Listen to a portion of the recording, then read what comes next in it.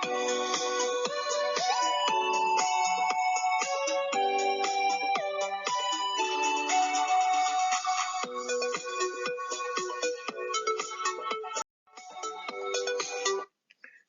दर्शकों, कनाडा क्या व कैसे जाने संक्षेप में नाम की श्रृंखला में आपका फिर से स्वागत है। अब तक कनाडा के जिन प्रमुख शहरों के बारे में आप जान चुके हैं, उनके नाम हैं Vancouver, Victoria, Calgary, Edmonton, Regina, Saskatoon, Winnipeg, Ottawa, Toronto, Montreal, Quebec City, Fredericton, Charlottetown, Halifax, Saint John's और अंत में व्हाइट हाउस। आज की कड़ी में आप कनाडा के एक अन्य प्रमुख शहर येलोनाइफ के बारे में जानकारी पाएंगे, जो नॉर्थ वेस्ट टेरिटरीज की राजधानी है तथा जैसा कि आप अभी कनाडा के नक्शे में देखेंगे, इस क्षेत्र की स्थिति ब्रिटिश कोलंबिया, अल्बर्टा और सस्केचुआन प्रदेशों के ऊपर स्थित। अब दशकों टेरिटरी के एक ऐसा भूभाग होता है जहां क्षेत्रफल अत्यधिक होने के बावजूद आबादी अपेक्षाकृत बहुत कम होती है। कनाडा में ऐसे क्षेत्र नॉर्थ वेस्ट टेरिटरीज के अलावा, जिसे संक्षेप में NWT के नाम से भी लोग जानते हैं, शेष दो अन्य क्षेत्र हैं, यूकॉन व न्यूनावट। अब पूरे कनाडा की भूमि के क्षेत्रफल का लगभग तिहाई भाग इन्हीं तीन क्षेत्रों में स्थित है। NWT की बाईं ओर कनाडा के पश्चिमी छोर पर स्थित है यूकॉन और दाहिनी ओर न्यूनावट पड़ता है। NWT की आबादी और दूर दूर तक फैली हुई भूमि का तुलनात्मक अनुमान इसी बात से लगाया जा सकता है कि क्षेत्रफल व जनसंख्या का अनुपात यानी रेशो NWT में सर्वाधिक है और प्रिंस एडवर्ड आइलैंड प्रदेश में सबसे कम है। यानी NWT अर्थात नॉर्थ वेस्ट टेरिटरीज में उपलब्ध भूमि बहुत अधिक है और रहने वाले लोग हैं बहुत कम। दर्शकों, NWT की आर्थिक स्थिति यहाँ पाए जाने वाले प्राकृतिक संसाधनों पर पूरी तरह निर्भर है। यूरेनियम, सीसा, जस्ता, टंगस्टन और हीरो की उपलब्धता क्षेत्र की आय का प्रमुख स्रोत है। भारी सामानों का आवागमन मुख्यतः जल मार्ग द्वारा होता है। सर्दियों में एक से दूसरी जगह आने जाने के लिए स्नोमोबाइल का सहारा लिया जाता है, जो बर्फ पर फिसलते हुए चलने वाली गाड़ी होती है, मोटरसाइकिल जैसी। आप इसे अगली 2-3 स्लाइडों बाद देख भी सकते हैं। NWT एरिया की ज्यादातर आबादी मैकेंजी रिवर के आसपास की घाटियों में बसती है। येलोनाइफ ही एक मात्र शहर है जहां अधिकांश लोगों ने अपने आशियाने बनाए हैं। वर्ष 1967 में इसी नगर को NWT क्षेत्र की राजधानी भी घोषित किया गया था।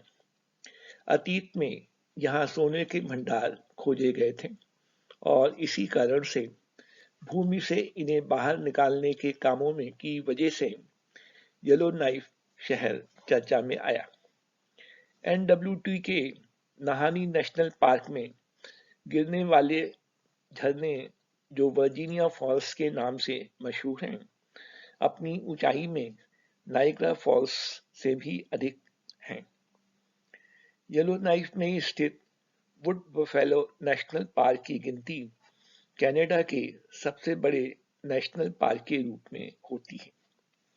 यहाँ भैंसों की आकृति के पाए जाने वाले बाइसन पशु स्वच्छंद वातावरण में घूमते देखे जा सकते हैं। 2016 की जनगणना के अनुसार NWT यानी नॉर्थ वेस्ट टेरिटरीज एरिया की कुल आबादी थी मात्र 44,826। दर्शकों, अब बात करते हैं येलो नाइफ शहर की, जो नॉर्दर्न लाइट्स का नजारा देखने के लिए पूरी दुनिया में सबसे अच्छी जगह मानी जाती है। जब आकाश में जगमगाती रंग बिरंगी कुदरती रोशनी देखने को मिलती है। श्रृंखला की पिछली कड़ी में विस्तार से इसके बारे में कुछ बताया भी जा चुका है। इस प्राकृतिक दृश्य का आनंद उठाने के लिए येलो नाइफ आने का सबसे अच्छा समय होता है नवंबर के मध्य से अप्रैल के प्रारंभ होने तक। येलो नाइफ और युकॉन दोनों में रहने सहने का खर्च अपेक्षाकृत कुछ ज्यादा ही होता है कनाडा के अन्य भागों की तुलना में। खासकर यहाँ रहने के लिए किराए के मकान महंगे हैं। वर्ष 1991 में यहाँ हीरो की खोज भी हुई थी। खनन के अतिरिक्त येलो नाइफ की अन्य औद्योगिक इकाइयों का संबंध पर्यटन, यातायात और संचार से मुख्यतः जुड़ा हुआ है। अब नगर के मौसम की बात अगर करें तो येलो नाइफ शहर में गर्मी के दिन ज्यादा तकलीफ देह नहीं होते। अक्सर आसमान में बादल छाए होने के कारण सर्दियां अवश्य कुछ सताने वाली होती हैं। बर्फीली हवाएं चलने की वजह से यहाँ सबसे कम तापमान शून्य से लगभग 64 डिग्री नीचे रिकॉर्ड किया जा चुका है, जबकि सर्दियों में औसत तापमान शून्य से करीब 29 डिग्री नीचे पाया जाता है। गर्मी के दिनों का अधिकतम तापमान भी कीर्तिमान स्थापित कर चुका है। येलोनाइफ नगर में धूप कुछ ज्यादा ही देखने को मिलती है। शहर का स्थानीय समय वैंकूवर की तुलना में 1 घंटा आगे और टोरंटो के मुकाबले 2 घंटे पीछे रहता है पूरे साल, क्योंकि डे टाइम सेविंग मोड का पालन इन सभी जगहों पर होता है। हर साल मार्च के दूसरे रविवार से नवंबर के प्रथम रविवार तक की बीच की अवधि में।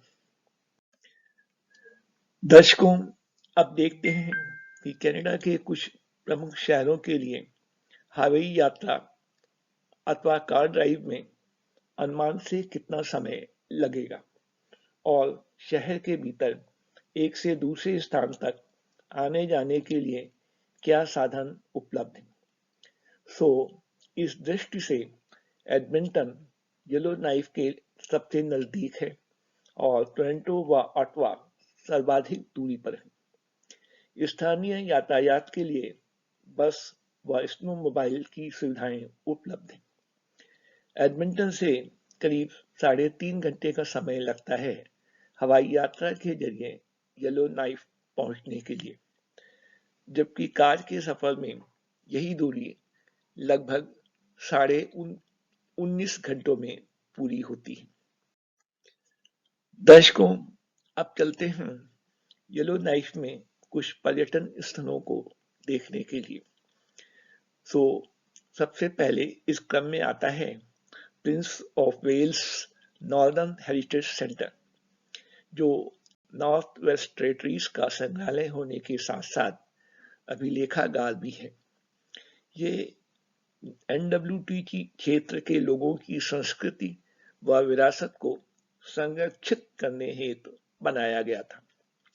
इस विशाल क्षेत्र के इतिहास से संबंधित खास खास दस्तावेज, छायाचित्र, यहाँ रहने वाले लोगों की बोलचाल की रिकॉर्डिंग, शिल्प कलाकृतियां व अन्य साजो सामान सुरक्षित रखे गए हैं पर्यटकों को दिखलाने के लिए। इस पर्यटन केंद्र का उद्घाटन स्वयं प्रिंस ऑफ वेल्स के द्वारा 3 अप्रैल 1979 में किया गया था। दर्शकों, हिडन लेक टेरिटोरियल पार्क येलोनाइफ शहर के आवासीय क्षेत्र के पूर्वी छोर पर स्थित है, जहां बनी हुई इंघाम पगडंडी एक लोकप्रिय मनोरंजन से भरपूर मुख्य मार्ग पर्यटकों को ले जाता है। झील, नदी, झरने और नौका विहार तटों की ओर। वर्ष 1987 में तैयार हुआ ये इस पार्क में मछलियां पकड़ने, पक्षियों को निहारने, कैनोइंग, हाइकिंग और कयाकिंग से जुड़े साहसिक कारनामे का आनंद उठाने के अवसर भी मिलते हैं। वैसे हिडन लेक पार्क के मुख्य आकर्षण हैं चप्पुओं से नावें चलाना और मछलियों को ढूंढ निकालना। येलो नाइफ नगर लोगों की चहल पहल से दूर स्वर्ण खानों के लिए मशहूर था और अब यहाँ हीरे भी खोजे गए हैं। जाइंट माइन इसी तरह सोने की एक खान हुआ करती थी जो शहर की उत्तरी दिशा में 5 किलोमीटर दूर इनग्राम ट्रेल पर स्थित है। हालांकि जॉनी बेकर नाम के शख्स द्वारा वर्ष 1935 में सोने व अन्य मूल्यवान खनिजों की प्राप्ति का दावा किया गया था, लेकिन वास्तव में कितनी मात्रा में सोना खानों में उपलब्ध है इस बात का पता 1944 में ही मिल पाया, जब एक विशाल गोल्ड बेरिंग शेयरिंग जोन खोजा गया था बेकर ग्रीक पहाड़ियों में दबे हुए ढेर पर। जाइंट माइन स्थल पर खनिज के शुद्धिकरण द्वारा सोना प्राप्त किया जाता है और अनावश्यक बाई प्रोडक्ट के रूप में मिलती है आर्सेनिक ट्राइऑक्साइड। माना जाता है कि आज भी पृथ्वी गर्भ में छुपा है इस विषाक्त धूल में मिश्रित स्वर्ण का अथाह भंडार। वर्ष 1998 में स्थापित Gallery of Midnight Sun NWT की सबसे बड़ी गैलरी व गिफ्ट शॉप है, जहां इस क्षेत्र में तैयार हुई बारीक कला व हस्तशिल्प की वस्तुएं बिक्री हेतु मिलती हैं। येलो नाइफ के ऐतिहासिक ओल्ड टाउन में स्थित इस केंद्र पर जो वस्तुएं पर्यटकों के लिए उपलब्ध कराई गई हैं उनमें प्रमुख हैं ऊपरी परिधान, एप्पल, पुस्तकें, स्मृति चिन्ह, उपहार में देने योग्य चीजें, फल और क्राफ्ट सप्लाईज। इनके अलावा कैनेडियन डायमंड्स और आभूषणों का अच्छा संग्रह भी यहाँ देखा जा सकता है। हीरों पर पॉलिश करने और दूध में से क्रीम अलग करने की क्रियाओं का प्रदर्शन भी होता है पूर्व नियोजित कार्यक्रम के माध्यम से। लेडी ऑफ विक्ट्री चर्च विशेष आकृति में बना होने के कारण इग्लू चर्च के नाम से भी विख्यात है। NWT डाउनटाउन में मैकेंजी रोड पर यह स्थित है। ये चर्च एक ईसाई संप्रदाय के पादरी का प्रार्थना स्थल है। स्थानीय लोगों की भाषा में जिसे आइनुट कहते हैं, परम पूज्य आत्मा को आइनुविक कहा जाता है। मैकेंजी रिवर पर आर्कटिक सर्किल के पास यह एक आवासीय क्षेत्र भी है। Church of our lady of good hope 19वीं सदी के उत्तरार्ध में सिर्फ लकड़ियों से बनी हुई एक मंजिली इमारत है, 45 फीट लंबे और 20 फीट चौड़े आधार पर बनी हुई। इसकी भीतरी दीवारों पर हुई मीनाकारी की सजावट देखने योग्य। वर्ष 1977 में इस चर्च को अपनी विशिष्टताओं के कारण कनाडा का एक ऐतिहासिक महत्व का स्थल घोषित किया गया था। येलो नाइफ के सबसे पुराने और आज भी बचे हुए भवनों में इसे गिना भी जाता है। देश के उत्तरी पूर्वी भाग में बना ये चर्च कलापूर्ण चित्रकारी की बेहतरीन मिसाल माना गया है। डाउन टू अर्थ गैलरी की संरचना व प्रबंध में एक स्थानीय कलाकार का सराहनीय योगदान हुआ है। इस केंद्र पर NWT कलाकारों द्वारा बनाई गई तरह तरह की वस्तुएं बिकती। समय समय पर इन्हीं के द्वारा कार्यशालाओं का आयोजन भी होता है इच्छुक व्यक्तियों को प्रशिक्षण देने के लिए। स्थानीय दस्तकारों व कलाकारों द्वारा निर्मित वस्तुएं पर्यटकों को उपलब्ध कराने की दृष्टि से ये सबसे बड़ा केंद्र सिद्ध हुआ है पूरे येलोनाइफ शहर में। बुश पायलट्स मॉन्यूमेंट उन वायुयान चालकों की स्मृति में बनाया गया है जिन्होंने अतीत व वर्तमान में अपने प्रयासों से उत्तरी छोर के स्थानों को कनाडा के शेष भागों के लिए सुलभ कराया। बहुत दिनों तक हालांकि येलोनाइफ का अस्तित्व तो था, लेकिन कोई सड़क मार्ग नहीं था यहां आने के लिए। ऐसे दिनों में इन चालकों ने साहसी कदम उठाए येलोनाइफ शहर की धरती पर आने के लिए। बाद में जो जो शहर का विकास होता गया, इन वायुयान चालकों के कारण ही यहाँ रहने वाले लोगों, उनकी भोजन सामग्री और वाहनों को शहर में ढोकर लाना संभव हो पाया। ओल्ड टाउन ग्लासवेयर यहीं कार्यरत कर्मचारियों की सहकारी संस्था है, जो वर्ष 1994 से समुद्र तट पर पाई जाने वाली खादी बोतलों की रिसाइकलिंग द्वारा कांच की तरह तरह की खूबसूरत वस्तुएं तैयार करने की फैक्ट्री है। इस काम के लिए स्थानीय कलाकार अपनी डिजाइनें भी उपलब्ध कराते हैं। इस तरह बनी हुई चीज का तराशना, पॉलिशिंग, स्टेंसिलिंग और सैंड ब्लास्टिंग आदि सभी क्रियाएं हाथों से ही की जाती हैं। किसी मशीन का प्रयोग नहीं होता। ग्लास, मग, लैंप, मैग्नेट, सोप पंप आदि ऐसी अनेक बनी हुई वस्तुएं गिफ्ट शॉप की शोभा बढ़ाती हैं फैक्ट्री में। ग्राहकों की अपनी पसंद के अनुसार भी लोगो, पुरस्कार, उपहारों आदि पर कस्टम इनग्रेविंग की सुविधा भी प्रदान की जाती है। ग्रेट स्लेव लेक कनाडा की सीमाओं के भीतर दूसरी सबसे बड़ी झील है और पूरे उत्तरी अमेरिका में स्थित बड़ी झीलों की श्रेणी में 5वें नंबर पर आती है। विश्व की इस तरह की झीलों में ग्रेट स्लेव लेक का स्थान 10वें पायदान पर है।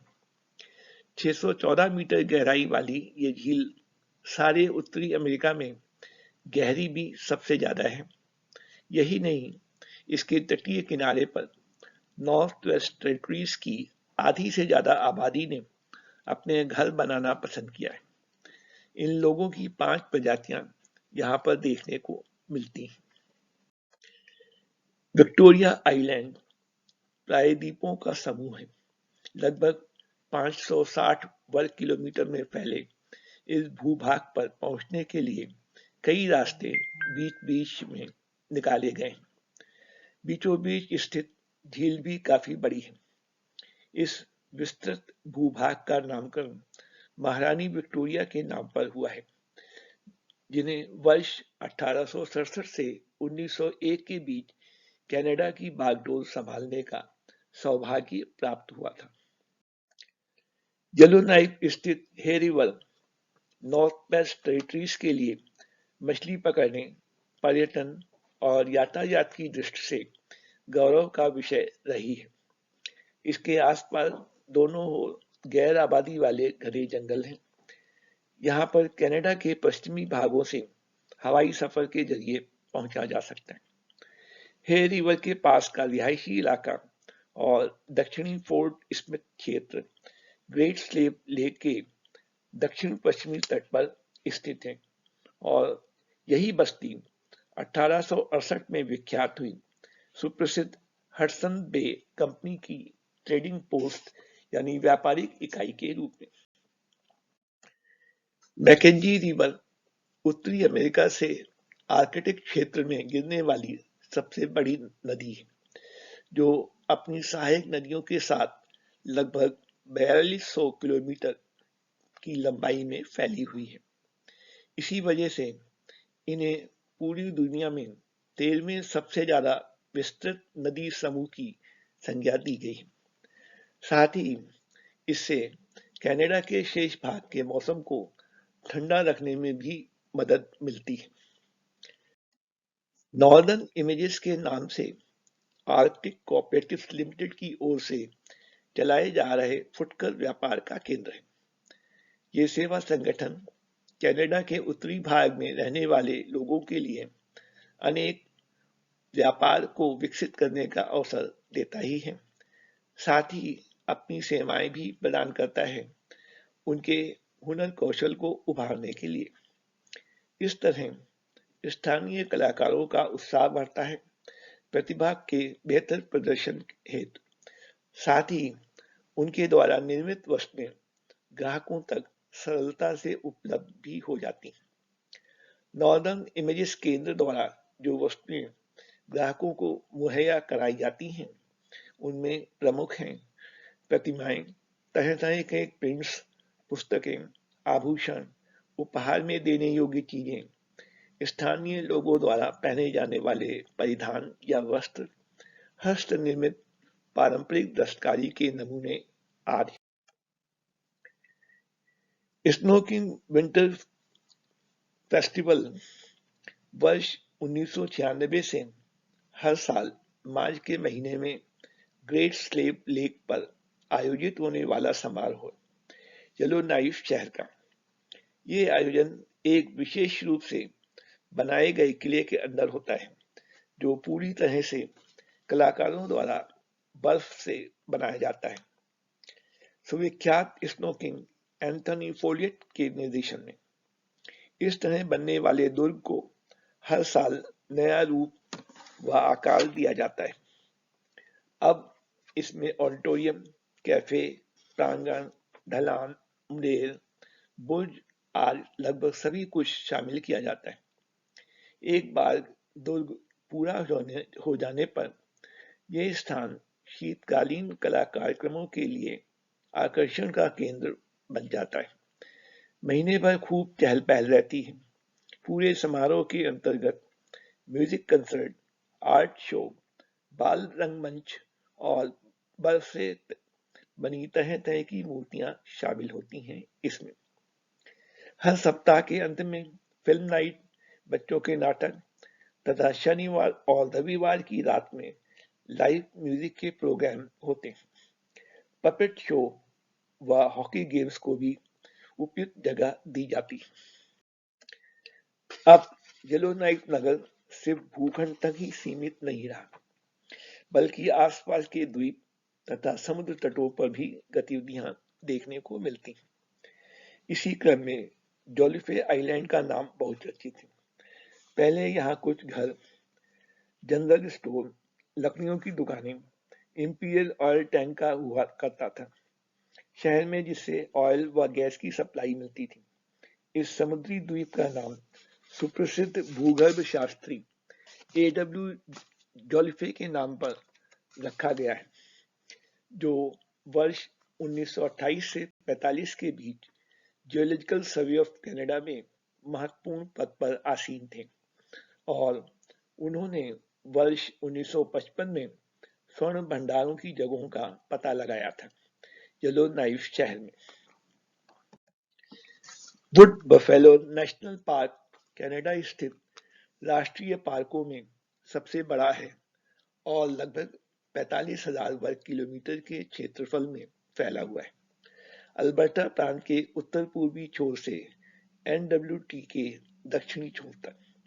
आकार में ये स्विट्जरलैंड से भी बड़ा है और पूरी दुनिया में दूसरा सबसे बड़ा वन्य जीवों पर आधारित पार्क माना जाता है। 1922 में स्थापित किए गए इस पार्क में उत्तरी कनाडा में पाए जाने वाले भैंसों की शक्ल से मिलते जुलते बाइसन जानवरों की अंतिम प्रजाति को संरक्षण दिया गया है। इसी कारण से इस क्षेत्र को यूनेस्को द्वारा वर्ल्ड हेरिटेज साइट माना गया है। NWT की विधानसभा में सदस्यों का चुनाव हर 4 वर्ष बाद होता है। 19 सदस्यों वाली ये सभा सर्वसम्मत प्रशासन की एक अद्भुत मिसाल है, अध्ययन व प्रशंसा के लिए पूरी दुनिया में। ये संवैधानिक बोर्ड पूर्ण रूप से स्थानीय अल्पसंख्यकों द्वारा चलाई जाती है। निर्वाचित हुए अपने प्रतिनिधियों में से ही मंत्री व स्पीकर चुने जाते हैं। 1993 में विधानसभा को अपना भवन मिल पाया था। तब से ये स्मरणीय ऐतिहासिक स्थल बन गया, ऐसे स्थायी व उत्तरदायी प्रशासन केंद्र के रूप में, जो अपनों के बीच से चुना गया अपने लोगों की सेवा करने के लिए। अंत में प्यारे दर्शकों, उम्मीद है आज आप कनाडा में येलोनाइफ शहर का महत्व जान गए होंगे। अगले एपिसोड में आप कनाडा के एक अन्य प्रमुख शहर आइक्लिट के बारे में जानेंगे, जो न्यूनोबट टेरिटरी में स्थित है। अब अगर आपको आज की ये सारी जानकारी पसंद आई हो तो कृपया थंब अपवर्ड्स मार्क पर क्लिक करें, जो शुरू में दिखाया गया जाता है जब आप एपिसोड देखना शुरू करते हैं। इसी तरह चैनल को सब्सक्राइब करना भी न भूलें यदि अन्य विषयों पर जानने को इच्छुक हो तो। ऐसा करने से अब तक अपलोड किए गए सभी एपिसोड की जानकारी आप तक स्वतः पहुंच जाएगी। साथ ही आप भविष्य में तैयार होने वाले अन्य एपिसोड के बारे में भी जान सकेंगे। कनाडा क्या व कैसे जाने संक्षेप में नाम की इस श्रृंखला में हम जल्द ही फिर हाजिर होंगे एक नई कड़ी के साथ आपकी सेवा में। विदा लेने से पूर्व आप धन्यवाद भी स्वीकार करें अब तक हमारे साथ जुड़े रहने के लिए। दर्शकों, आज के विषय पर अधिक जानकारी पाने के लिए आप वीडियो भी देख सकते हैं नीचे दिए गए लिंक्स पर जाकर कॉपी करने के बाद।